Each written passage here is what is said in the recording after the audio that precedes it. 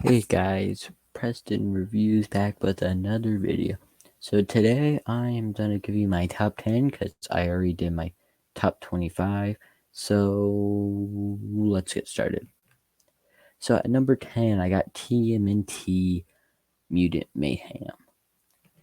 And I could understand why people did not like this film as like adults. Adults probably, it wasn't the audience for them. This was more for the kids. Don't know why it's got nominated for like nothing, but like heck, like no nominations for Golden Globes. Don't know why. Um, but TMNT, um, it just it wasn't like that great of a film. It was a good film overall, I thought, but it just reminded me on why I love the Turtles, and yeah, it just reminded me of why I loved them when I was younger. At number 9, a kind of mixed bag for people was The Creator. I know a lot of people didn't like the ending, but that was one of my favorite parts, not gonna lie, because I liked how they did it, though it was kind of like lazy writing, but it was great because I don't know why, but just the futuristic stuff was great, and how they did the AI thing was really great.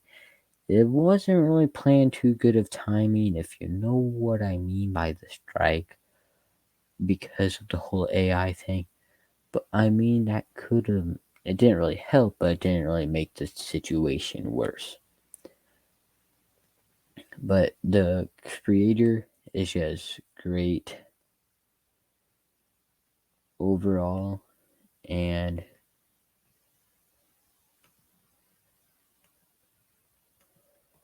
um, and it was just great. The performances were great by the kid, and I forgot the guy's name, but he also did great.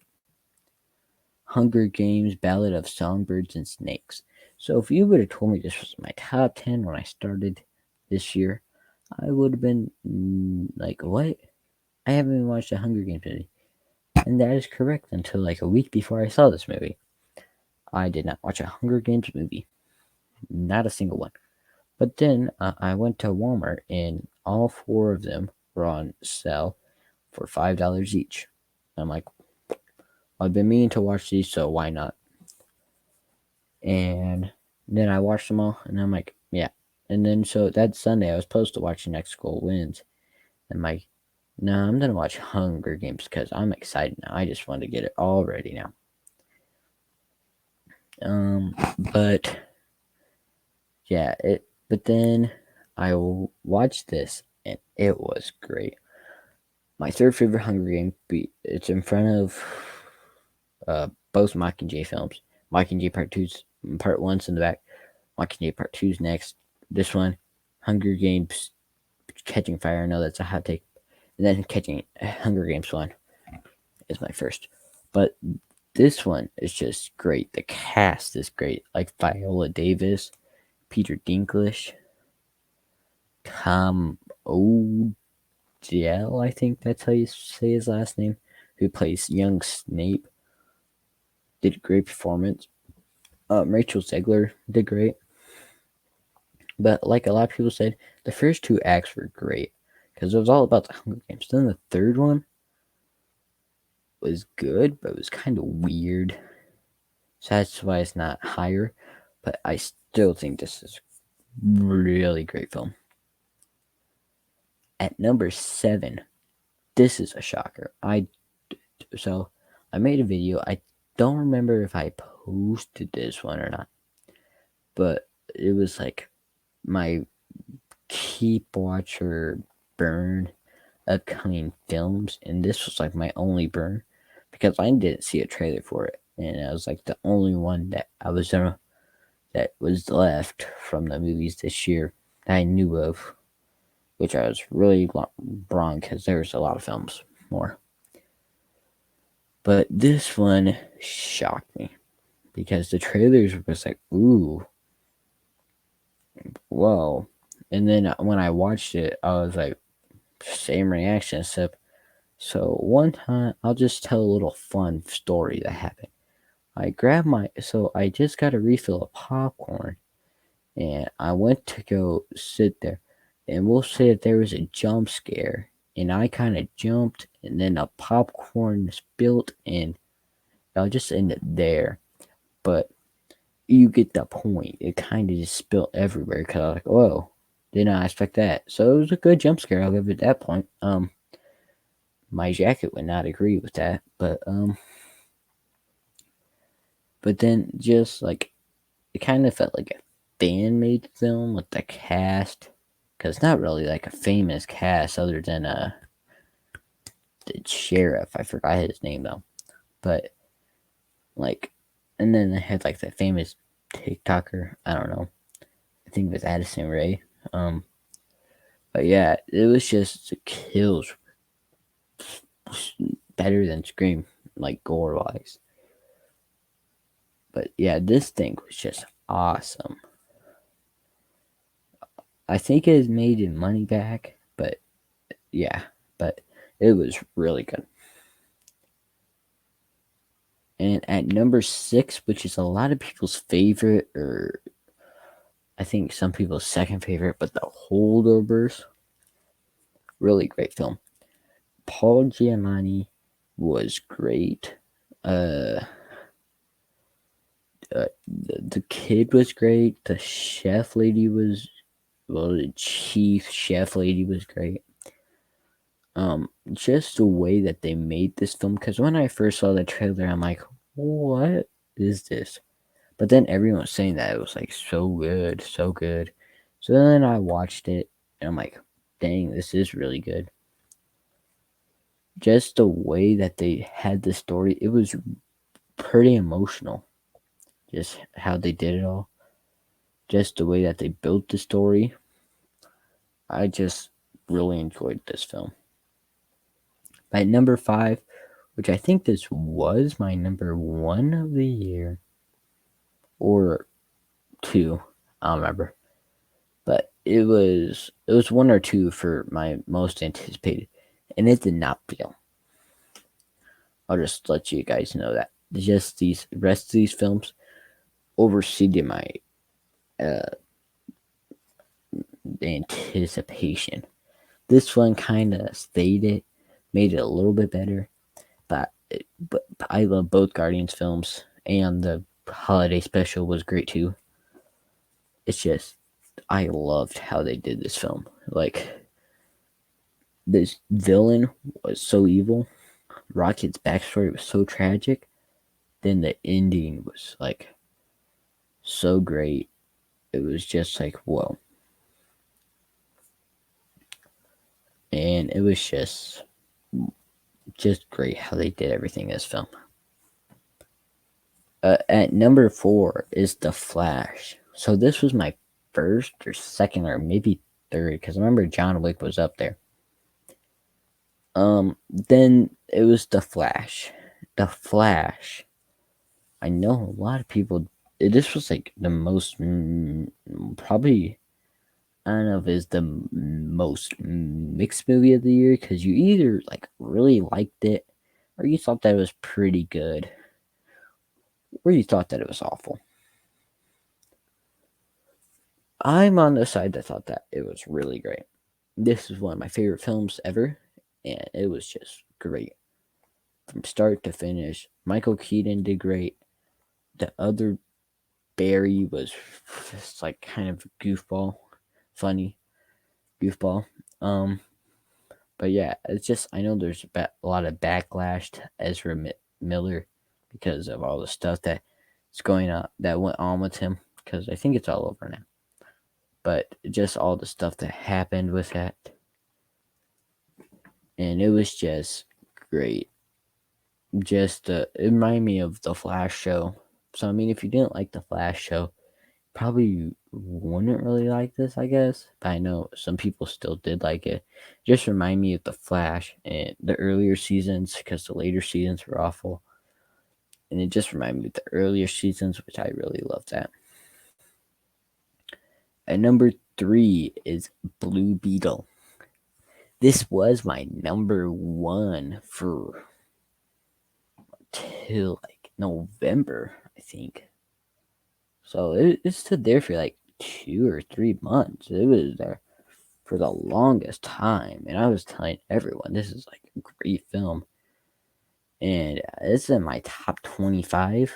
I think it is 24 or 25, but it was just great. The story, the family, emotions, the symbiote, the CGI. I think some of the Flash budget went over to this film. I think they like flip flop budgets because you could tell the Flash was kind of raunchy. This one had like great CGI, and I really hope that they would have said this was the first film of the DC EU because it made back all its money. I mean DC whatever James Gunn one. Um, but it made back all its money. I think a little bit more, but it was just so great on how they did everything. It had like a lower budget. George Lopez was hilarious. Um, Sholo, the only thing I've seen him in, and I think one of the only things that he's ever been in, was Cobra Kai. And this was like so great of his acting. You could tell that he was acting still, that he's just a great actor. The villain was kind of like okay. And then the other villain was okay. The girl one was okay. And the guy one was pretty cool. But I just loved how they did it. I know some people thought it was generic, but I don't care. But then number two, I this is one of the biggest surprises of the year, kinda. So I know people been loving this film who've seen it, and it's based off a true story. But Zac Efron's performance, the man has been robbed, I guess, because he ain't getting nothing. He ain't getting nothing. He ain't got nothing from Golden Globes. And if he doesn't get anything, I'd be very angry. I'd be very angry. I may have to start a riot. Um, I think people will back me up because everyone's saying Zac Efron is phenomenal. But when the trailer first released, one of my people that I watched Zac Attacks reviews, he did a thing, and I'm like, ooh, this looks pretty good. And then then I kind of just forgot about it. And then people were like, man, this is such a great film. Like everyone's was praising it, and I'm like, okay. And then I'm like, because I forgot I watched the trailer, and I'm like, oh dang, this looks good. So then the trailer showed it, and I was like, ooh, dang, this thing's really good.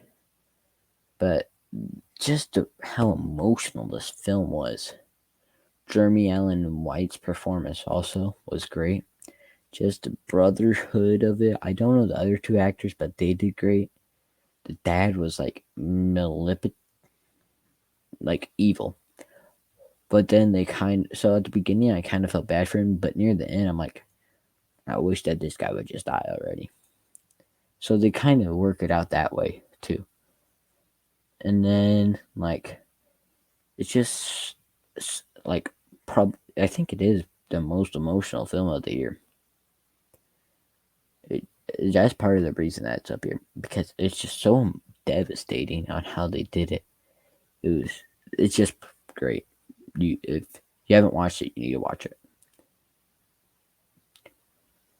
But this one, I never played the games. The first teaser dropped. I sent it to my friend because I was on a bus to uh, the basketball game, and then all that he sent me was har har, and I was like, what? But then you got but then you got the official trailer, and I was like, whoa, this thing looks awesome. Robots possessing little children? What? And then and then it was like looking really good. I'm like, yep, I'm gonna watch this, and I believe it's gonna be great, and it was great, and it's somehow overseeding my predictions of it still being one or two. but it was number 2 until I rewatched it, and I'm like, oh, this is really good. And then that's why Blue Beetle got pushed back until I watched the Iron Claw, and then the Iron Claw came in, and then Blue Beetle was at 3. But Five Nights at Freddy's, just Josh Hutcherson's performance, Matthew Lillard, performance, the girl in its performance, the cop lady's performance, and also like how they did the animatronics thing, because they actually built the animatronics, which I thought was interesting. Just the animatronics, like creepiness, was really good, and I just really enjoyed my time with this film. But for my next video is the top 5 worst of 2023, which should come out either tomorrow or the next day. Just depends on when I film it. But thank you guys for watching. And if you like this, please leave a like. If you want to, you could subscribe. But that's just my top picks. I know a lot of people put Spider-Verse at number 1. I really enjoyed it. It was close to it was in the top 30. But it just didn't make the cut. But it was really good. Don't get me wrong. Just put your guys' top 10 favorites in the comments. And don't put too much hate on me for not having Spider-Verse at number 1. But you guys just let me know how you guys feel about all this stuff. Tell me, guys, what you guys, just tell me anything. So, see you guys in the next video, and see ya.